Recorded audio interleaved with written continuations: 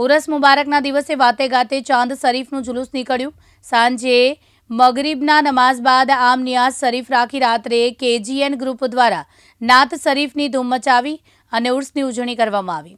માળિયા મિયાણા તાલુકાના ખીરાઈ ગામના રહીશ હઝરત પીર સૈયદ હાજી અબ્બાસ મિયા બાપુનો બીજો ઉરસ મુબારક વવાણિયા ગામે મોટા પીરના દરગાહના ગ્રાઉન્ડમાં ધામધૂમથી ઉજવવામાં આવ્યો હતો।